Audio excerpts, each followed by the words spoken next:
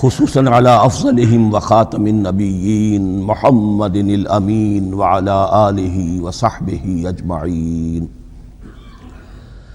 اما بعد فاعوذ باللہ من الشیطان الرجیم. بسم اللہ الرحمن الرحیم. الحمد للہ رب العالمین الرحمن الرحیم مالک یوم الدین. ایاک نعبد و ایاک نستعین. اہدنا الصراط المستقیم صراط الذین انعمت علیہم غیر المغضوب علیہم ولا الضالین. آمین. رب اشرح لی صدری ویسر لی امری واحلل عقدۃ من لسانی یفقہوا قولی. اللہم ربنا الہمنا رشدنا واعذنا من شرور انفسنا. اللہم ارنا الحق حقا وارزقنا اتباعہ وارنا الباطل باطلا وارزقنا اجتنابہ. اللہم ربنا یسر لنا امورنا کلہا واتمم لنا بالخیر وتقبل منا فإنك خیر المتقبلین. آمین یا رب العالمین. ابھی میں نے سورہ فاتحہ کی تلاوت کی اور آپ نے سماعت فرمائی. یہ سورہ مبارکہ مصحف کے اعتبار سے تو پہلی صورت ہے ہی، سب کو معلوم ہے، لیکن یہ بھی نوٹ کر لیجئے کہ یہ نزول کے اعتبار سے بھی سب سے پہلی مکمل صورت جو حضور پر نازل ہوئی وہ یہی ہے. اس سے قبل متفرق آیات نازل ہوئیں.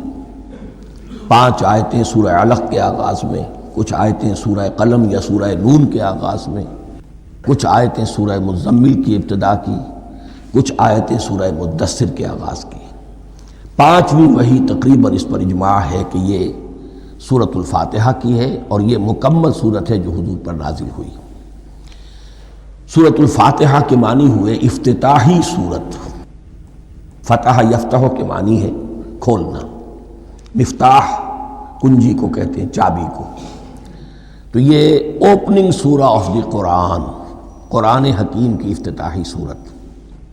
ویسے جیسا کہ میں تعارف قرآن کے ضمن میں عرض کر چکا ہوں، عربوں کا یہ مزاج تھا کہ جس چیز سے انہیں خصوصی محبت ہوتی تھی اس کے بہت سے نام رکھتے تھے. اس کے بھی بہت سے نام ہیں. سورۃ الفاتحہ سب سے عام ہے، لیکن الکافیہ، الشافیہ، ام القرآن، اساس القرآن، کم سے کم یہ 4 نام تو میں سمجھتا ہوں کہ ہر مسلمان کو مزید معلوم ہونے چاہیے. اور بھی بہت سے نام. اس سورہ مبارکہ کی بالاتفاق و بالاجماع 7 آیتیں ہیں، اگرچہ ان کی ترتیب میں کچھ اختلاف ہے. ایک رائے یہ ہے، اور یہ رائے امام شافعی کی بھی ہے اور بصرہ کے جو قراء تھے ان کی بھی ہے، کہ آیت بسم اللہ بھی سورہ فاتحہ میں شامل ہے، اس کا جز ہے. وہ اس کو شامل کر کے پھر 7 آیتیں بناتے ہیں. تو آخری جنہیں ہم 2 آیتیں سمجھتے ہیں، صراط الذین انعمت علیہم غیر المغضوب علیہم ولا الضالین، وہ ان کے نزدیک 1 آیت ہے. تو گویا کہ نتیجہ یہ نکلا کہ آیتوں کی تعداد 7 ہی رہتی ہے.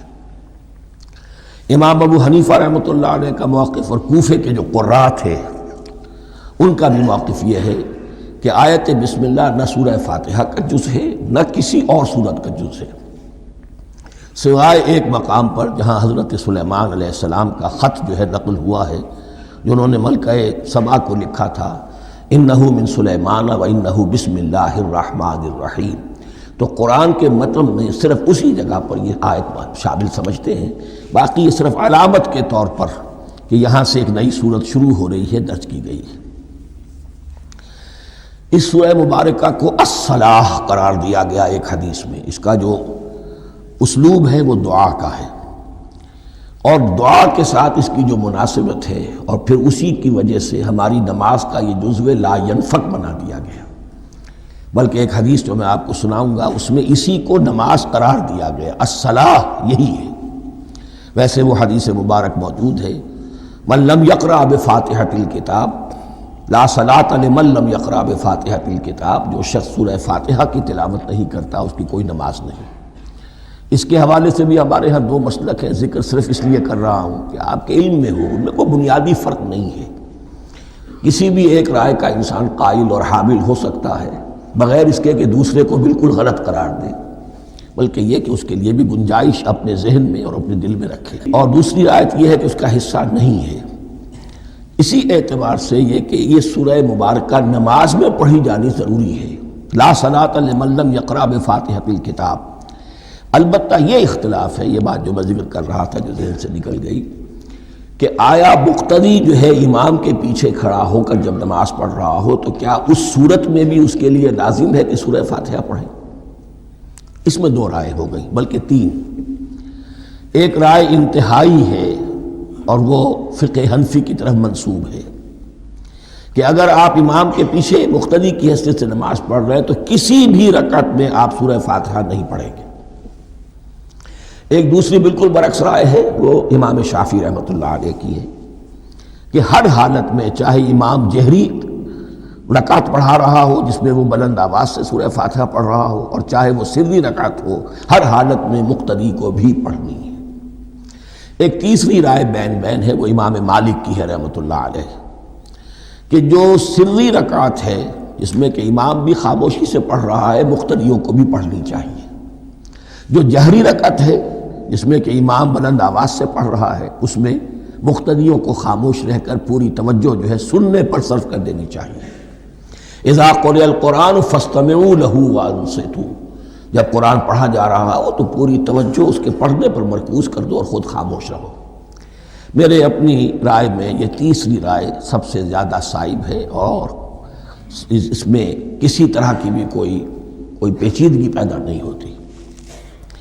بہرحال اس سورہ مبارکہ کا جو اسلوب ہے میں نے عرض کیا دعائیہ ہے، البتہ قرآن مجید کے علم اور حکمت کے اعتبار سے، اس کے فلسفے کے اعتبار سے ایک بات سمجھ لینی چاہیے۔ قرآن کا فلسفہ یہ ہے کہ بنیادی ہدایت ہر انسان کے دل میں موجود ہے، بالقوہ، پوٹینشلی۔ یہ جو قرآن مجید یا اللہ کی کتابیں نازل ہوتی ہیں یہ انہیں ایکٹیویٹ کرتی ہیں، وہ اندر کی جو ڈورمنٹ کانشسنس ہے، خوابیدہ شعور جو ہے اسے بیدار کر کے، اور پھر یہ کہ اسے اجاگر کرتی ہیں۔ ہر سلیم الفطرت انسان اور سلیم العقل انسان، دو سلامتی شرط ہیں۔ سلیم الفطرت، نیچر پرورٹڈ نہ ہو، فطرت مسخ نہ ہو گئی ہو، عقل سلیم ہو، ان دونوں چیزوں کا نتیجہ یہ نکلتا ہے کہ وہ انسان از خود، بغیر کسی وحی کی رہنمائی کے، بغیر کسی نبی کی تعلیم کے سے استفادہ کیے ہوئے از خود بھی کچھ حقائق تک پہنچ جاتا ہے۔ اور وہ حقائق کیا ہیں؟ نمبر ایک یہ کہ اس کائنات کا ایک خالق ہے اور وہ ایک ہے، اور وہ تمام صفات کمال سے متصف ہے۔ نمبر دو یہ کہ انسان کی زندگی صرف یہ زندگی نہیں ہے، بلکہ ایک اور زندگی ہے کہ جس میں اس زندگی کے اعمال کے نتائج برآمد ہوں گے۔ یہ دو باتیں، اس کی زیادہ وضاحت کے ساتھ جو ہے اس کا تذکرہ آئے گا سورہ لقمان میں، جہاں حضرت لقمان کی شخصیت کا تذکرہ ہے۔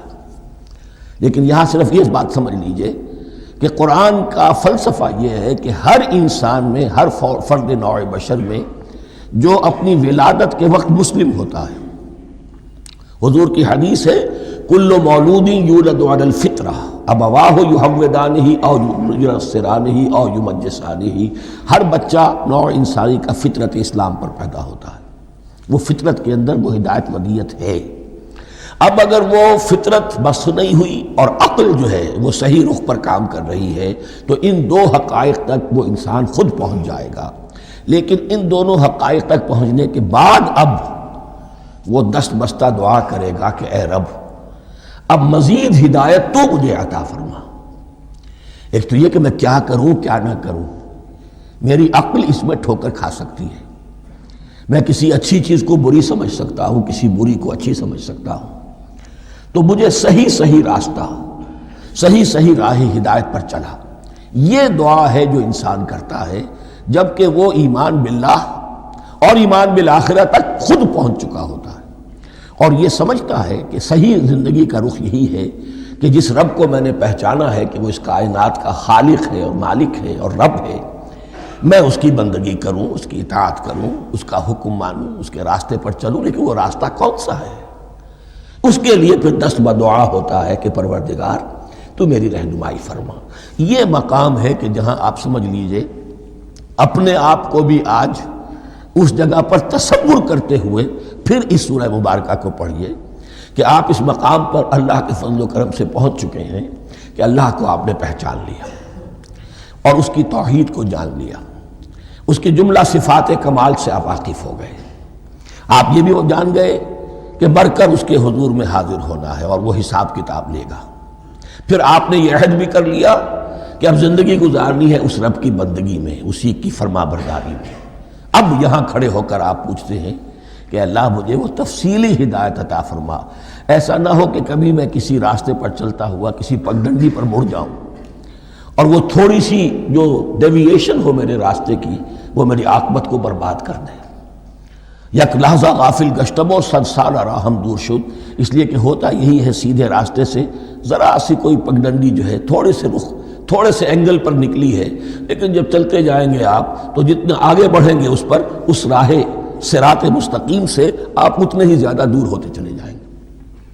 یہ ہے قرآن مجید کی حکمت اور فلسفے کے اعتبار سے اس سورہ مبارکہ کا مقام۔ اب آئیے ہم بسم اللہ کرتے ہیں۔ بسم اللہ الرحمن الرحیم، شروع کرتا ہوں میں اللہ کے نام سے جو رحمان اور رحیم ہے۔ اس پر کچھ گفتگو ہو چکی ہے تعارف قرآن کے ضمن میں کہ رحمان اور رحیم دو نام ہیں کہ جو رحمت کے مادے سے نکلتے ہیں۔ رحمان میں اللہ تعالیٰ کی رحمت کا جوش، ہیجانی کیفیت، طوفانی کیفیت، اور رحیم میں اللہ تعالیٰ کی رحمت کا دوام اور تسلسل۔ یہ دونوں کیفیات اللہ کی رحمت میں بیک وقت موجود ہیں، جس کا ہم تصور نہیں کر سکتے۔ ہم سمندر کو دیکھتے ہیں، متلاطم سمندر ہے، اس میں ہیجان ہے، طوفان ہے۔ دریا کو دیکھتے ہیں کہ وہ سکون کے ساتھ چل رہا ہے، خاموشی سے چل رہا ہے، بہہ رہا ہے، بس تسلسل کے ساتھ بہہ رہا ہے۔ ہم ان دونوں کیفیات کو علیحدہ علیحدہ دیکھتے ہیں تو ہمارا ذہن ان دونوں کو بیک وقت اس کا تصور نہیں کر سکتا، تخیل ممکن نہیں۔ لیکن اللہ کی رحمت کی یہ دونوں شانیں مستقلاً ہر وقت موجود ہیں بیک وقت، اسی لیے ان دونوں کے درمیان کہیں حرف عطف نہیں آئے گا۔ بسم اللہ الرحمن الرحیم، الحمد للہ رب العالمین۔ کل حمد، اور حمد کو ذہن میں رکھ لیجئے، حمد مساوی ہے تعریف جمع شکر۔ عام طور پر ترجموں میں ایک لفظ لایا جاتا ہے، کل تعریف اللہ کے لیے، یہ کافی نہیں ہے۔ تعریف آپ کسی شے کی کر سکتے ہیں جس میں کوئی حسن ہے، خوبی ہے، کسی بھی اعتبار سے، خواہ آپ کو اس کے حسن و خوبی سے کوئی فائدہ حاصل نہیں ہو رہا۔ ایک پھول ہے، بہت خوبصورت ہے، بس ٹھیک ہے، خوبصورت ہے، آپ نے کہا، تعریف کر دی۔ شکر کرتے ہیں آپ اس شے کا جس سے آپ کو کوئی فائدہ پہنچا ہو، استفادہ ہوا ہو، آپ کی کوئی ضرورت پوری ہوئی ہو، آپ کی کوئی مشکل رفع ہوئی ہو۔ اور آپ دیکھیں گے کہ حمد میں یہ شکر کا پہلو غالب ہے۔ جتنی بھی دعائیں ہیں حضور سے منقول، شکر کے مقام پر وہاں حمد آتا ہے۔ بھوک لگی ہوئی تھی، کھانا کھایا، الحمدللہ الذی اطعمنی وسقانی۔ اب یہاں دیکھیے ترجمہ، تعریف نہیں، شکر ہے اس اللہ کا جس نے مجھے کھلایا اور پلایا۔ آپ بیت الخلاء سے باہر آئے، نجاستیں آپ سے دور ہو گئیں، طبیعت میں انشراح ہوا، الحمدللہ الذی اذھب عنی الاذی وعافانی۔ وہ شکر ہے اس اللہ کا جس نے اذیت بخش چیزیں مجھ سے دور کر دیں اور مجھے عافیت بخشی۔ تو یہ الحمدللہ رب العالمین، اللہ تعالیٰ کا حسن و کمال اور حسن و جمال اپنی جگہ بھی اس انتہا کا ہے کہ جتنی تعریف اس کا حق ہے ہم کر ہی نہیں سکتے، لیکن اس کے احسانات اور انعامات ہم پر اتنے ہیں کہ ہم ان کو بھی گن نہیں سکتے۔ لہٰذا ایک ہی احصاء ہم نے کر دیا الف لام کے ساتھ، الحمدللہ رب العالمین۔ تمام تعریفیں اور کل شکر اللہ کے لیے ہیں کہ جو تمام جہانوں کا پروردگار ہے، رب ہے، مالک ہے۔ رب میں ایک مفہوم ہوتا ہے ربوبیت کا، اور اس میں مفہوم شامل ہوتا ہے تربیت کا، ربیانی صغیرہ۔ تو مالک ہونا اور تربیت دینا۔ آپ جس شے کے مالک ہوں گے آپ چاہیں گے اس میں بڑھوتری ہو، اس میں اضافہ ہو، وہ نشو و نما پائے۔ تو یہ دونوں چیزیں آپس میں ایک دوسرے کا جڑی ہوئی ہیں، پروردگار بھی اور مالک بھی۔ عام طور پر عربی میں رب کا لفظ مالک کے لیے آتا ہے، رب البیت، رب الدار، رب المال، تو مالک وہاں پر ظاہر بات ہے کہ اس سے مراد کیا ہے؟ مال والا، گھر والا، گھر کا مالک۔ تو کل شکر اور کل تعریف اس اللہ کے لیے ہے جو تمام جہانوں کا مالک بھی ہے اور پروردگار بھی ہے۔ الرحمن الرحیم، رحمان ہے اور رحیم ہے۔ اب دوبارہ اس کی میں وضاحت نہیں کروں گا۔ مالک یوم الدین، یوم دین کا مختار مطلق ہے۔ دین عربی زبان میں کہتے ہیں بدلے کو، دناہم کما دانو، کما تدینو تو دانو، یہ کہاوت ہے۔ جیسے اردو میں ہم کہتے ہیں جیسا کرو گے ویسا بھرو گے، کما تدینو تو دانو، تو یہ ہے بدلہ۔ اس کا بنیادی مفہوم جو ہے وہ بدلہ ہے۔ تو بدلے کا ایک دن ہے جس دن فیصلہ ہوگا کہ کون کیا کما کر لایا ہے اور اسے کیا بدلہ ملنا چاہیے۔ آیا اس کا برائیوں کا پلڑا بھاری ہے کہ اسے سزا ملنی چاہیے، یا اس کی حسنات اور نیکیوں کا پلڑا بھاری ہے کہ اسے جزا ملنی چاہیے، اس کا انعام اور اکرام کے ساتھ معاملہ کیا جانا چاہیے۔ وہ ایک دن ہے، اسے ہم یوم القیامہ کہتے ہیں۔ اور لیکن اصل بات جو یہاں کہی گئی، یعنی ایک جملے میں تین باتوں کا اعتراف ہو رہا ہے۔ بعث بعد الموت، ایک دن آئے گا کہ ہم مرنے کے بعد تمام انسان اٹھا لیے جائیں گے۔ پھر حساب و کتاب، پھر اللہ کے ہاں حاضری ہوگی اور حساب کتاب ہوگا۔ اور تیسرا یہ کہ اس حساب کتاب کے دن کا مختار مطلق اللہ ہے، یعنی کسی اور کو اپنے ذہن میں سہارا بنا کر آپ زندگی گزاریں کہ وہ مجھے چھڑا لے گا، یا وہ ہستی جو ہے اتنی زوردار ہے کہ وہ مجھے بچا لے گی، اس سے اپنے دل کو، اپنے ذہن کو بالکل پاک کر لیجئے۔ مالک یوم الدین، ایک دوسری جگہ پر قرآن میں آیا ہے، اس روز کوئی پکارنے والا پکارے گا لمن الملک اليوم للہ الواحد القہار، آج کے دن کس کا اختیار مطلق ہے؟ اور پھر کہا جائے گا اللہ کے لیے الواحد قہار، جو پوری طرح چھایا ہوا ہے، بس تولی ہے۔ تو مالک یوم الدین، جو جزا و سزا کے دن کا مالک ہے۔ اب یہاں سے کلام ایک رخ بدل رہا ہے۔ ابھی تک تو یہ غائبانہ انداز میں کلام ہو رہا ہے، اللہ سے خطاب نہیں آیا اس میں ابھی۔ الحمدللہ رب العالمین الرحمن الرحیم مالک یوم الدین، اب خطاب ہے ایاک نعبد و ایاک نستعین، ہم صرف تیری ہی بندگی کرتے ہیں اور کریں گے، اور ہم صرف تجھ ہی سے مدد مانگتے ہیں اور مانگیں گے۔ یہ ترجمہ میں کیوں کر رہا ہوں کہ یہ فعل مضارع ہے۔ عربی زبان میں فعل مضارع حال اور مستقبل دونوں کو کور کرتا ہے۔ ایاک کا جو ہے مفعول فاعلی جو ہے، مفعول جو ہے اس میں ضمیر مفعولی، اسے پہلے لا کر حشر کا مضمون پیدا ہو گیا۔ ہم تیری بندگی کرتے ہیں نہیں، ہم تیری ہی بندگی کرتے ہیں اور کریں گے۔ حال میں ترجمہ کیجئے تو یہ اظہار حال ہے، اور مستقبل میں ترجمہ کیجئے تو یہ ایک عہد ہے، قول و قرار ہے، بہت بڑا معاہدہ ہے۔ وَإِيَّاكَ نَسْتَعِينُ، اور صرف تجھ ہی سے مدد مانگتے ہیں اور مانگیں گے۔ اس میں بھی حال کا ترجمہ اظہار حال، اللہ کرے کہ واقعی ہمارا حال وہی ہو، جب ہم یہ الفاظ کہتے ہیں تو واقعتاً ہم اس پر پورے اتر رہے ہوں کہ اسی کی بندگی کر رہے ہوں اور اسی سے ساری استعانت اور استمداد کر رہے ہیں۔ جہاں تک مستقبل کا تعلق ہے وہ پھر ایک عہد ہے، اہدنا الصراط المستقیم، یہ مقام وہ آ گیا کہ یہاں تک تو اے پروردگار ہم پہنچ گئے تیرے فضل سے، تیرے کرم سے۔ فطرت سلیمہ بھی تیری عطا کردہ تھی، عقل سلیم بھی تیری ودیعت کردہ تھی، ان دونوں کی روشنی سے ہم یہاں تک تو پہنچ گئے۔ اب ہماری جو ضرورت ہے، احتیاج ہے، وہ کیا ہے؟ اہدنا الصراط المستقیم، ہدایت بخش ہمیں سیدھے راستے کی۔ یہاں دو باتیں سمجھ لیجئے۔ انفرادی سطح پر انسان کے لیے نہ معلوم کتنے مرحلے آتے ہیں ہر روز کہ جس میں وہ ایک چھٹک کر کھڑا ہو جاتا ہے، یہ کروں یا یہ کروں، دو آلٹرنیٹو سامنے آ رہے ہیں، فیصلہ کرنا مشکل ہو رہا ہے۔ قدم قدم پر ہدایت کی ضرورت ہے۔ اور اجتماعی طور پر نوع انسانی تین بڑے بڑے تمدنی مسائل میں واقعہ یہ ہے کہ تسلیم کر لیا جانا چاہیے کہ عقل انسانی اس کو راستہ نہیں دکھا سکتی۔ عام معاشرتی سطح پر مرد اور عورت کے درمیان حقوق اور اختیارات کا کیا توازن ہو، ناممکن ہے، انسان طے نہیں کر سکتا۔ انسان یا مرد ہے یا عورت ہے۔ عورت سوچے گی اپنے لحاظ، اپنے جذبات کا، اپنے خیالات کا لحاظ رکھے گی، مرد کے جذبات و احساسات کا اسے اس کا کوئی تصور ہی ممکن نہیں۔ مرد سوچے گا اسے اپنے احساسات معلوم ہے، لیکن یہ کہ عورت کے احساسات سے وہ نابلد ہے، ان کو محسوس کر ہی نہیں سکتا۔ لا محالہ وہ اپنے بارے میں وہ جو بھی نظام بنائے گا اس میں وہ اپنی بالادستی رکھے گا۔ وہ تو ایک ہی ہستی ہو سکتی ہے کہ جو دونوں کی خالق ہے، مرد کی بھی عورت کی بھی، اور اس کو دونوں سے محبت ہے، دونوں کا خیر خواہ ہے، دونوں کا رب ہے، دونوں کو پروان چڑھانا چاہتا ہے۔ اسی طرح فرد اور معاشرہ یا ریاست، حکومت اور ریاست ہمیشہ یہ چاہتی ہے کہ سارے اختیارات ہمارے ہاتھ میں آ جائیں، ٹوٹلیٹیرین سوسائٹی ہو، بس ہم حکم دیں اور لوگ اس پر چلیں۔ افراد یہ چاہتے نہیں، ہمیں آزادی ہونی چاہیے۔ اب آپ دیکھیے کہ دنیا میں کتنے جھگڑے چلتے ہیں اسی پر، فریڈم فریڈم فریڈم۔ وہ فریڈم واقعتاً اپنی جگہ پر ایک شے ہے، افراد کی آزادی ہونی چاہیے، لیکن افراد کی آزادی اتنی نہ ہو جائے کہ وہ مادر پدر آزاد ہو جائے، کوئی قانون، کوئی قاعدہ، کوئی اخلاقی، کوئی حدود اور قیود جو ہے ان کا پابند نہ رہے۔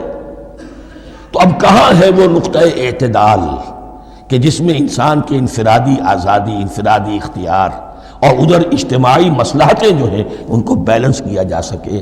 انسان طے نہیں کر سکتا، صرف اللہ ہی اس کے لیے نظام دے سکتا ہے۔ تیسرا مسئلہ ہے سرمایہ اور محنت، اس میں کیا توازن ہو؟ سرمایہ اور محنت دونوں مل کر کچھ بنا رہے ہیں، کچھ پروڈیوس کر رہے ہیں۔ اب اس میں نفع جو ہوا ہے اس میں سرمایہ کا کتنا حصہ ہونا چاہیے اور لیبر کا کتنا ہونا چاہیے، کون طے کر سکتا؟ اس کے لیے بھی کہ ایسا نہ ہو کہ سرمایہ داری جو ہے آکاش بیل بن کر پورے معاشرے پر چھا جائے، اور غریب بیچارہ، مزدور بیچارہ، کاشتکار بیچارہ وہ گویا کہ چکی کے دو پارٹوں میں پس کر رہ جائے، اس کی کوئی حیثیت نہ رہ جائے۔ لیکن یہ کہ دوسری طرف اگر یہ کہ مزدور کا جو حق ہے اس سے زیادہ اس کو دے دیا جائے تو سرمایہ جو ہے وہ سکڑ جائے گا، شائی ہو جائے گا، وہ پھر میدان میں نہیں آئے گا۔ کیا کیا جائے؟ کون سا نقطہ عدل و اعتدال ہے؟ یہ تین مسائل ایسے ہیں، اہدنا الصراط المستقیم۔ تو یوں سمجھیے کہ ایک جو بنیادی ہدایت تھی، ایک اللہ کو پہچان لینا، یہ جان لینا کہ کل حسن و جمال اور تمام انعام و اکرام کا منبع اس کی ذات ہے، وہ رحمان ہے اور رحیم ہے، اور یہ جان لینا کہ مرنے کے بعد جی اٹھنا ہے، حساب کتاب ہے، فیصلہ ہوگا جزا و سزا کا، اور مختار مطلق اس دن کا اللہ ہے۔ پھر یہ عہد کر لینا ایاک نعبد و ایاک نستعین۔ اس کے بعد دعا، پروردگار ہمیں ہدایت پر قائم رکھ، ہماری ہدایت میں اضافہ فرما۔ اس ہدایت کے لفظ کو سمجھ لیجئے، بنیادی ہدایت، تفصیلی ہدایت، قدم قدم پر ہدایت، ہدایت پر ہدایت۔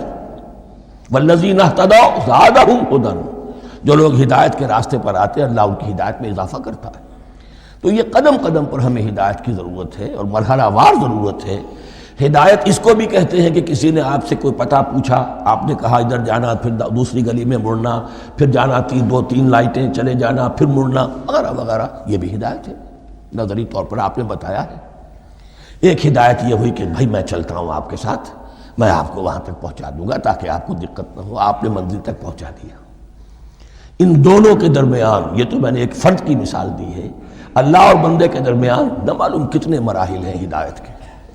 تو کسی وقت بھی انسان اپنے آپ کو ہدایت خداوندی سے مستغنا نہیں سمجھ سکتا، اور نہیں تو پروردگار جو ہدایت دی ہے اس پر ہدایت پر قائم رکھ۔ کیا پتہ شیطان کا کوئی حملہ، کیا پتہ ہمارے نفس کی کوئی شرارت کسی ایسے رخ پر ہمیں ڈال دے کہ اب تک کی ساری کمائی بھی ضائع ہو جائے۔ لہذا یہ نہ سمجھیے کہ جب یہ ساری چیزیں ان کو معلوم تھیں، ان چیزوں کا تو اقرار کر رہے تو اب ہدایت کون سی مانگ رہے؟ تو ہدایت کا تو بڑا میدان کھلا ہوا ہے، اور اس ہدایت کی وہ جو میں نے آخری شکل آپ کو بتائی ہے کہ منزل مقصود تک پہنچا دے، یہ ہدایت بھی قرآن مجید میں اس معنی میں بھی لفظ آیا ہے کہ اہل جنت جب جنت میں داخل ہوں گے تو جو ترانہ حمد ان کی زبان پر اس وقت ہوگا وہ کیا ہے؟ الحمدللہ الذی ہدانا لہذا وما کننا لنہتدی لولا ان ہدانا اللہ۔ کل شکر صلی اللہ کا جس نے ہمیں یہاں تک پہنچا دیا، ہدایت دی یہاں تک پہنچا دیا، اور ہم ہرگز نہ پہنچ پاتے، ہم ہرگز ہدایت یافتہ نہ ہو سکتے اگر اللہ ہی ہمیں ہدایت نہ دیتا۔ اہدنا الصراط المستقیم، سیدھا راستہ، صراط الذین انعمت علیہم، اب اس کی مزید وضاحت ہے، راستہ اس کا ان لوگوں کا جن پر تیرا انعام ہوا۔ یہ کون لوگ ہیں؟ اس کی وضاحت آپ کو ملے گی سورہ نساء میں، من یطع اللہ والرسول فاولئک مع الذین انعم اللہ علیہم من النبیین والصدیقین والشہداء والصالحین۔ 4 طبقات ہیں منعم علیہم، جن پر اللہ کا انعام ہوا ہے۔ چوٹی پر انبیاء کرام، اس کے بعد صدیقین کرام، اس کے بعد شہداء عظام، اس کے بعد عام صالح مسلمان، صالح ہو۔ یہ بیس لائن ہے، اس سے اوپر کا درجہ شہداء کا ہے، اس سے اوپر کا درجہ صدیقین کا ہے، اور پھر اس سے اوپر کا درجہ انبیاء کا ہے۔ انبیاء میں سے پھر وہ بھی ہوتے ہیں کہ جو اولو العزم میں من الرسل ہیں، لیکن یہ 4 طبقات ہیں، ان کے راستے پر ہمیں چلا۔ غیر المغضوب علیہم ولا الضالین، جو مغضوب علیہم نہیں ہوئے، جن پر تیرا غضب نہیں ہوا، اور غضب ہوتا ہے ان پر کہ جو ہدایت کے واضح ہونے کے بعد ہدایت کو ترک کر دیں، وہ ہے مغضوب علیہم۔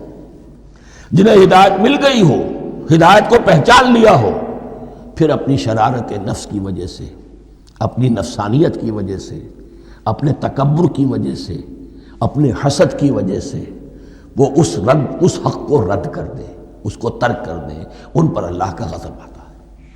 اور اس میں اس کی بہت بڑی مثال تاریخ کے اعتبار سے یہودی ہیں۔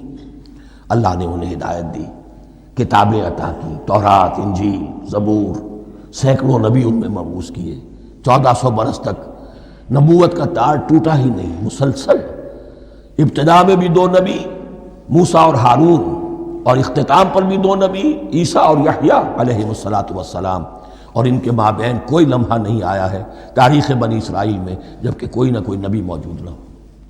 لیکن انہوں نے اپنی شرارت نفس کی وجہ سے ہدایت تورات سے بھی منہ موڑا، اور پھر سب سے بڑی بات یہ کہ ہدایت محمدی سے، ہدایت قرآنی سے بھی صلی اللہ علیہ وسلم منہ موڑا، وہ ہے مغضوب علیہم ولا الضالین، اور نہ ہی گمراہ ہوئے۔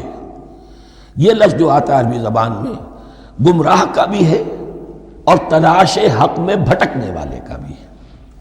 ایک وہ شخص ہے جس پر حق ابھی واضح نہیں ہوا، وہ تلاش میں ہے، اس کے لیے بھی ضال کا لفظ آئے گا۔ اسی طرح کوئی شخص کسی کے عشق اور محبت میں ایسا ہو جائے، دیوانہ ہو جائے، اس کو بھی ضال کہتے ہیں، یعنی اس کے اوپر جذبات کا اتنا غلبہ ہو گیا ہے کسی کی محبت اور عشق کی بنا پر۔ تو حضور کے لیے یہ لفظ آیا ہے وَوَجَدَكَ ضَالًّا فَهَدَىٰ، اور یہ تو سورۃ الضحیٰ ہے، اکثر بیشتر لوگوں کو یاد ہوگی۔ تو یہ جو ضال کا لفظ ہے، اس میں سمجھ لیجئے ضروری نہیں ہے کہ وہ گمراہ ہو، بلکہ وہ بھی کہ جو ابھی راہ ہدایت کی طلب میں، اس کے حصول کے لیے اس کی تلاش میں کوشاں ہیں، اور وہ بھی کہ جو کسی مغالطے کی وجہ سے حق سے منحرف ہو جائے۔ یہ بھی جان لیجئے کہ ایک ہے بدنیتی، تکبر، حسد، حق کو جان کر پہچان کر رد کر دینا یا چھوڑ دینا یا ترک کر دینا۔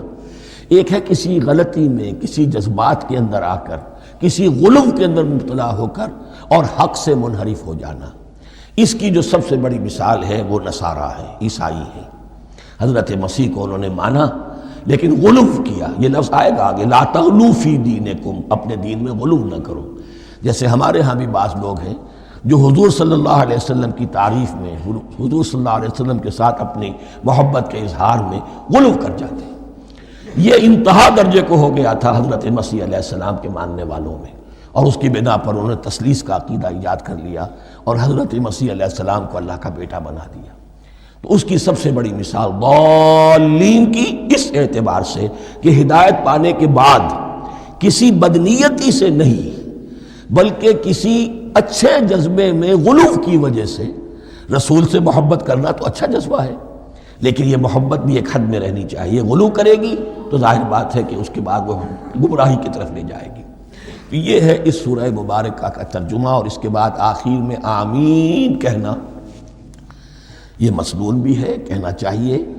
البتہ اختلاف یہاں بھی صرف اتنا ہے کہ نماز میں جب آپ امام کے ساتھ ہیں، وہ اگر جہری قرات کر رہا ہے تو آیا اس کے بعد آپ کو بھی بالجہر کہنا ہے آمین یا نہیں کہنا، یہ اختلاف ہے، ان میں کوئی فرق واقع نہیں ہوتا۔ یہ چیز متفق علیہ کہ کہنا ہے آمین، بلکہ یہ آمین تو یہودیوں میں ہے، یہ آمین جو ہے یہ عیسائیوں میں بھی ہے۔ ان کی بھی جو پریئرز لارڈس پریئر ہے اس کے بعد آمین، وہ آمین کہتے ہیں، وہ فرق وہ لفظ ایک ہی ہے، اس لیے کہ عبرانی زبان اور عربی زبان یا تو ہم یہ کہہ سکتے ہیں کہ دونوں بہنیں ہیں، کوئی ایک مشترک زبان تھی ان کی ماں جس کی یہ دو بیٹیاں ہیں، اور یا یہ کہنا پڑے گا کہ عربی زبان کی ماں جو ہے وہ عبرانی زبان ہے۔ بہرحال بڑا قریبی رشتہ عربی کا اور عبرانی کا ہے، اس اعتبار سے وہ آمین۔ اب آپ کو معلوم ہے ہم السلام علیکم وہ کہتے ہیں، وہ سلام کہتے ہیں، فرق کیا ہے؟ وہ تو تلفظ کا فرق ہے۔ اسی طریقے سے اور بہت سے الفاظ ہیں، میں بعد میں بتا۔ اب میں اس سورہ مبارکہ کے بارے میں خاص حدیث آپ کو سنانا چاہتا ہوں، اور اسی سے در حقیقت جو امام ابو حنیفہ کا موقف ہے رحمۃ اللہ علیہ، اس کی حقانیت مزید مبرہن ہو جائے گی۔ یعنی کیا کہ آیت بسم اللہ سورہ فاتحہ کا جز نہیں ہے، سورہ فاتحہ الحمدللہ رب العالمین سے شروع ہوتی ہے۔ وہ میں آپ کو بتانا بھول گیا کہ جن کے نزدیک یہ سورت کا جز ہے وہ پھر جہری قرات میں بسم اللہ الرحمن بھی بلند آواز سے کہیں گے، اور جن کے نزدیک یہ سورہ فاتحہ کا جز نہیں ہے وہ نہیں کہیں گے، وہ الحمدللہ رب العالمین سے قرات کریں گے۔ تو کوئی فرق نہیں ہے بنیادی۔ یہ حدیث جو ہے یہ مسلم شریف میں ہے اور حدیث قدسی ہے، اس کے راوی حضرت ابو ہریرہ ہے رضی اللہ تعالی عنہ، اور اس حدیث نے اس سورت کے مضامین کا نہایت عمدہ تجزیہ کر دیا ہے۔ حدیث کے الفاظ سن لیجئے، قسمت الصلاۃ بینی و بین عبدی نصفین۔ اللہ تعالیٰ فرما رہے ہیں، حدیث قدسی ہے، میں نے نماز کو، صلاۃ کو اپنے اور اپنے بندے کے درمیان آدھا آدھا تقسیم کر لیا۔ فنصفها لی ونصفها لعبدی، اس کا نصف جو ہے وہ میرے لیے ہے اور نصف جو ہے وہ میرے بندے کے لیے ہے۔ ولعبدی ما سأل، اور جو میرے بندے نے مانگا میں اسے دوں گا، میرا وعدہ ہے یا میں نے اسے دیا۔ اس کے بعد اس کی تفصیل آتی ہے، اذا قال العبد، جب بندہ کہتا ہے الحمدللہ رب العالمین، قال اللہ حمدنی عبدی، جب بندہ کہتا ہے الحمدللہ رب العالمین، اللہ فرماتا ہے میرے بندے نے میری حمد کی۔ وَإِذَا قَالَ الرَّحْمَنُ الرَّحِيمُ قال اللہ اثنا علی عبدی، جب بندہ کہتا ہے الرحمن الرحیم، اللہ فرماتا ہے میرے بندے نے میری ثنا کی۔ وَإِذَا قَالَ مَالِكِ يَوْمِ الدِّينِ قال اللہ تعالی مجدنی عبدی، میرے بندے نے میری تمجید بیان کی، میری بزرگی بیان کی۔ اب یہ تین آیتیں ہو گئیں، تینوں میں اللہ کی حمد ہے، ثنا ہے، تمجید ہے۔ یہ تین آیتیں خالص اللہ کے لیے ہو گئیں۔ اب چوتھی آیت آئی، ایاک نعبد و ایاک نستعین۔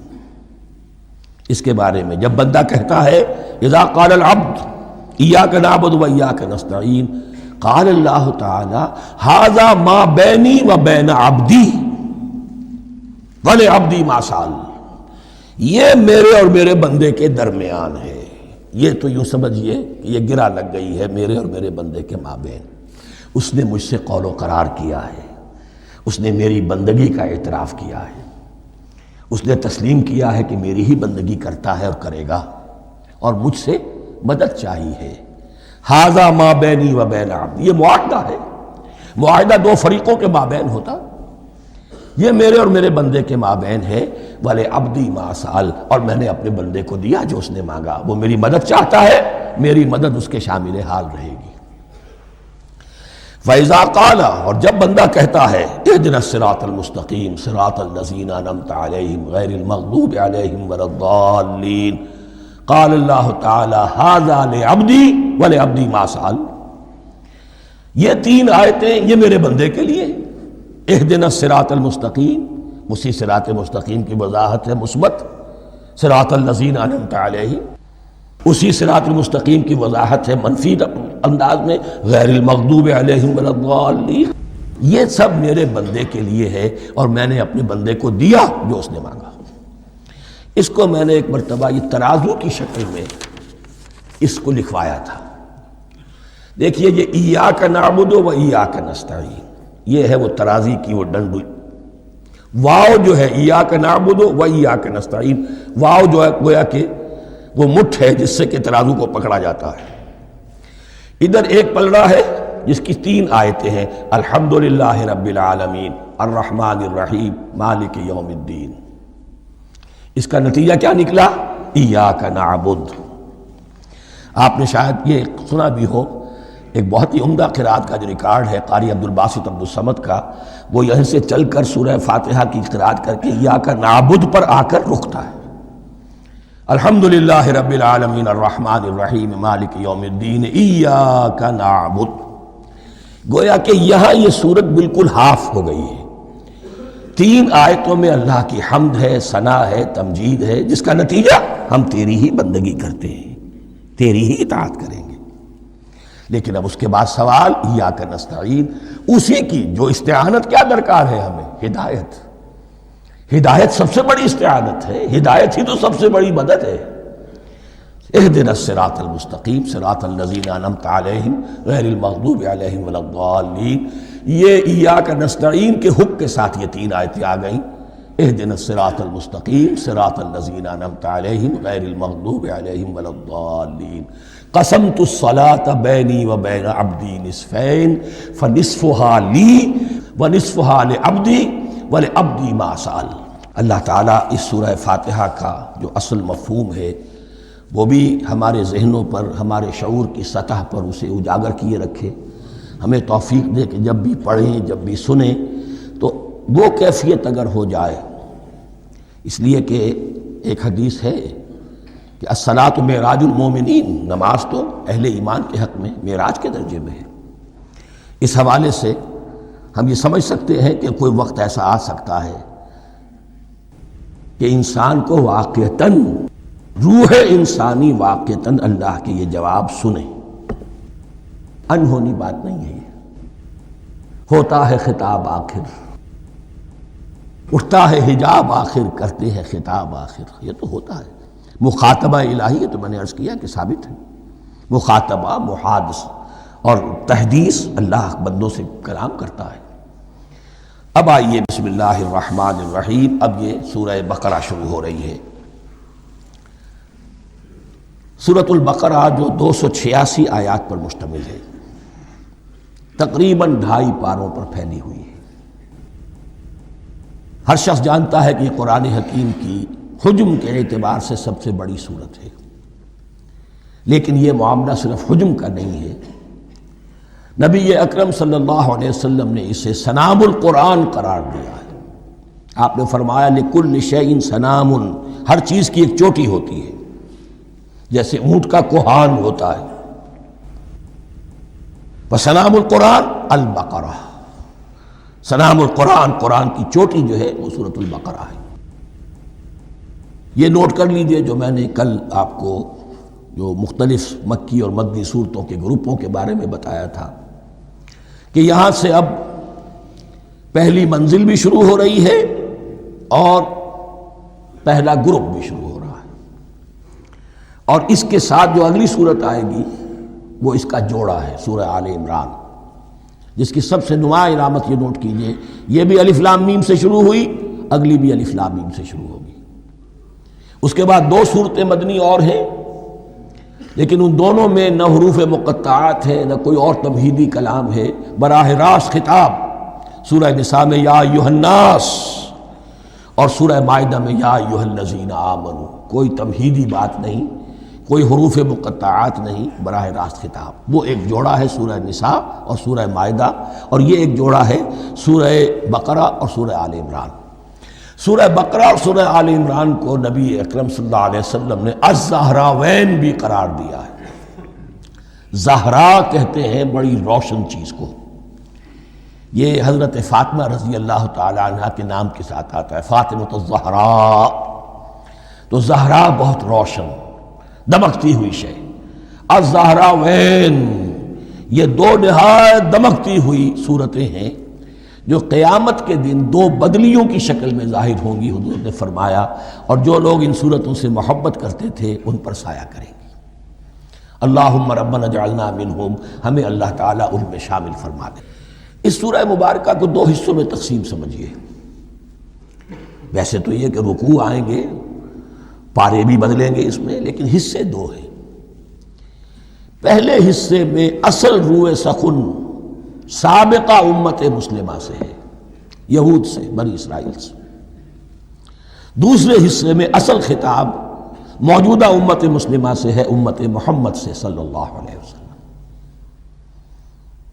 پہلے حصے میں 18 رکوع ہیں لیکن آیات 152 ہیں۔ دوسرے حصے میں 22 رکوع ہیں لیکن آیات 134 ہیں۔ گویا کہ اس سے آپ کو توازن نظر آئے گا کہ اگرچہ ادھر رکوعوں کی تعداد کم ہے 18 لیکن آیات کی تعداد زیادہ ہے 152۔ دوسرے حصے میں رکوعوں کی تعداد زیادہ ہے 22 لیکن آیات کی تعداد 134۔ اسی لیے اس کا ایک نام میں نے تجویز کیا ہے، وہ اس لیے تاکہ کچھ حقائق آپ کے ذہنوں میں ان ناموں کے حوالے سے بھی انشاءاللہ محفوظ ہو جائیں گے۔ سورۃ الامتین، دو امتوں کی صورت، اس لیے کہ تقریباً نصف اس کی ساری بحث جو ہے، مرکزی بحث، وہ سابقہ امت مسلمہ بنی اسرائیل، اور دوسرا نصف اس میں سارا خطاب وہ ہے موجودہ امت مسلمہ یعنی امت محمد صلی اللہ علیہ وسلم۔ اس کا جو پہلے 18 رکوع ہیں یا پہلا حصہ ہے، اس کے اندر ڈویژن فردر ہوگی ورٹیکل، عمودی۔ پہلے 4 رکوع، پھر 10 رکوع، پھر 4 رکوع۔ لیکن جو 22 رکوع ہیں دوسرے حصے کے، دوسرے نصف کے، اس میں ڈویژن جو ہے جو ہاریزونٹل ہے، وہ افقی تقسیم ہے، عمودی نہیں، افقی۔ وہ میں بعد میں بیان کروں گا جب ہم وہاں پہنچ جائیں گے۔ ان کو پہلے سمجھ لیجئے کہ اس پہلے حصے کی جو تقسیم میں نے کی ہے، پہلے 4 رکوع، پھر 10 رکوع اور پھر 4 رکوع۔ پہلے 4 رکوع یوں سمجھیے کہ پورے قرآن مجید کے لیے اس کی حکمت اور فلسفے کا جو حصہ مکی قرآن میں بیان ہو چکا تھا اس کا خلاصہ ہے۔ جب یہ صورت نازل ہو رہی ہے تو یہ تو مدینہ میں حضور تشریف لا چکے ہیں، 12-13 سال جو ہے گزر چکے ہیں، اور ان 12-13 سالوں کے دوران 2/3 قرآن نازل ہو چکا ہے۔ اس میں جو بھی حکمت، فلسفہ اور بنیادی دعوت، یہ جو چیزیں مکی قرآن میں بیان ہوئیں، ان کا خلاصہ نچوڑ نکال کر یہاں 4 رکوعوں میں رکھ دیا گیا۔ اگرچہ ان میں بھی جب گہرائی میں آپ دیکھیں گے تو روح سخن جو ہے وہ بنی اسرائیل کی طرف ہے، وہ میں بعد میں عرض کروں گا، لیکن اضافی طور پر یہ سمجھ لیجئے کہ پورے مکی قرآن کے حکمت اور پیغام کا خلاصہ ان 4 رکوعوں میں۔ پھر 10 رکوع ہیں جن میں براہ راست خطاب ہے سابقہ امت مسلمہ، یا بنی اسرائیل۔ اس کے بھی 2 حصے ہیں۔ پہلے ایک رکوع میں دعوت ہے، بڑا انداز اس کا بڑا پیارا ہے، اس میں دعوت ہے، ایمان لاؤ محمد پر صلی اللہ علیہ وسلم۔ اور اس کے بعد 9 رکوع ہیں ملامت کے، ملامت، تنقید، تم نے یہ کیا اور یہ کیا اور یہ کیا، ہم نے یہ احسان کیے، یہ احسان کیے، یہ احسان کیے، تم نے یہ ناشکری کی، یہ ناشکری کی، یہ ناشکری کی۔ اور اس سب کا نتیجہ آخری 4 رکوعوں میں ہے کہ اب تمہیں اس منصب سے معزول کیا جا رہا ہے جس پر تم 2000 برس تک فائز رہے ہو، اور تمہیں ہٹا کر اب ایک نئی امت محمد کی شکل میں جو وجود میں آ چکی ہے صلی اللہ علیہ وسلم، اسے اس پر فائز کیا جا رہا ہے۔ اور اس کی علامت کے طور پر اسے میں کہا کرتا ہوں کورونیشن، تاج پوشی۔ ایک امت معزول، دوسری امت اس کا نصب ہو رہا ہے، اس کی تاج پوشی کے لیے سمبل، علامت کیا ہے؟ قبلہ تحویل۔ وہ قبلہ یروشلم، سابقہ امت کا قبلہ اب ادھر رخ نہیں ہوگا، اب اہل توحید کا قبلہ یہ مکے کی طرف ہوگا، بیت اللہ کی طرف ہوگا۔ تو تحویل قبلہ کا مضمون ہے جو ان 4 رکوعوں میں آتا ہے۔ تو یہ میں نے تھوڑی سی تمہید جو ہے آپ کے سامنے رکھ دی ہے۔ اب بسم اللہ کیجئے۔ بسم اللہ الرحمن الرحیم، الف لام میم، الف لام میم یہ حروف مقطعات ہیں، یہ علیحدہ علیحدہ پڑھے جاتے ہیں، علم نہیں پڑھ سکتے اس کو۔ الف لام میم، ہا میم، ہا علیحدہ میم علیحدہ، اگرچہ لکھے ہوئے ہوتے ہیں جڑے ہوئے، کاف ہا یا عین صاد لکھے ہوئے جڑے ہوئے، پڑھے جائیں گے علیحدہ علیحدہ، قطع علیحدہ کرنا۔ تو حروف مقطعات، ان کے بارے میں ایک بات تو جو ہے اجماعی ہے، سب کے نزدیک مسلم ہے، ان کا کوئی حتمی مفہوم اور ان کے حتمی معنی کسی کو معلوم نہیں سوائے اللہ اور اس کے رسول کے۔ اس معنی میں یوں بھی کہا گیا یہ کوڈ ورڈز ہیں، جیسے کہ کوئی میسیجز جو ہیں ادھر ادھر بھیجے جاتے ہیں، سیکرٹ میسیجز، تو کچھ کوڈ ورڈز ہوتے ہیں جس سے سمجھ میں آتا ہے کہ یہ بات واقعتاً صحیح سورس سے آ رہی ہے، واللہ عالم۔ لیکن اس کا کوئی مفہوم اور اس کے معنی جو ہیں وہ اتفاق اس پر ہے، اگرچہ بعض حضرات نے کچھ اپنی سی کوشش کی ہے، کچھ مفہوم جو ہے بنانے کی، وہ اپنی جگہ پر ہے، لیکن یہ کہ کسی حضرت عبداللہ ابن عباس رضی اللہ تعالی عنہما نے بعض ایسی کوششیں کی ہیں، لیکن ان کی رائے کو بھی ان کی ذاتی رائے سمجھا گیا ہے، امت نے اسے قبول نہیں کیا۔ اجماع اور کنسنسس اسی پر ہے کہ اس کے معنی اور مفہوم کسی کو معلوم نہیں سوائے اللہ اور اس کے رسول کے۔ البتہ بعض چیزیں ایسی ہیں کہ وہ اگر نوٹ کر لی جائیں تو شاید آئندہ اس میں کچھ راز کھلنے کے امکانات پیدا ہو جائیں۔ دیکھیے عربی زبان کے جو الفابیٹس ہیں ان کی تعداد 29 ہے یا 28 ہے، میں بتا چکا ہوں۔ الف اور حمزہ کو ایک سمجھے تو 28 ورنہ 29۔ پہلی بات یہ نوٹ کیجئے، قرآن حکیم کی 114 صورتوں میں سے 29 صورتوں میں ان کے شروع میں یہ حروف مقطعات آئے ہیں۔ دوسری بات یہ کہ اس میں 28 کا نصف کیجئے تو 14 استعمال ہوئے، 14 نہیں استعمال ہوئے، بالکل آدھی تعداد استعمال ہوئی ہے۔ تیسرے یہ کہ جو شروع اور آخر اور درمیان 3 حصوں میں تقسیم کر دیجئے آپ، 9 9 9 پلواڑی 27، ایک طرف 10 رہ جائیں گے۔ پہلے حصے میں سے بہت کم حروف لیے گئے، بہت کم، آخری حصے کے تقریباً تمام حروف ہیں تقریباً۔ درمیانی حصہ وہ ہے کہ جس میں آپ نے دیکھا ہے کہ عربی میں جوڑوں کی شکل میں ہے، صاد ضاد، فرق کیا ہے نقطے کا، سین شین فرق کیا ہے نقطوں کا، را زا فرق کیا ہے نقطے کا۔ تو جو بھی نقطے والا لفظ ہے وہ نہیں لیا گیا، اور جو بغیر نقطے کے غیر منقوط ہے وہ لیا گیا۔ پھر اس میں 3 صورتیں ہیں جن میں ایک ایک حرف آیا ہے، سورہ قاف، سورہ نون، سورہ صاد۔ پھر صورتیں ہیں جن میں 2 2 آئی ہیں، جن میں 3 3 آئے ہیں، پھر 4 4 آئے ہیں، 2 ہی صورتیں ہیں جن میں 4 4 ہیں، اور 2 ہی صورتیں جن میں 5 5 ہیں۔ تو یہ ہے صرف یوں سمجھیے کہ اعداد و شمار۔ اس کے حوالے سے کچھ آدمی غور کرے تو شاید کوئی بات نکلے۔ باقی وہ مثال میں آپ کو بتا دیتا ہوں کہ حضرت عبداللہ ابن عباس نے ایک رائے ظاہر کی کہ الف لام میم در حقیقت ایک جملے کا خلاصہ ہے، انا اللہ اعلم۔ پہلا لفظ انا، اس کا الف لے لیا، درمیانی لفظ اللہ، اس کا درمیانی لام لے لیا، تیسرا لفظ اعلم، یہ آخری لفظ ہے، آخری حرف میم لے لیا، انا اللہ اعلم، میں اللہ جانتا ہوں، واللہ اعلم، واقعتاً اللہ ہی جانتا ہے۔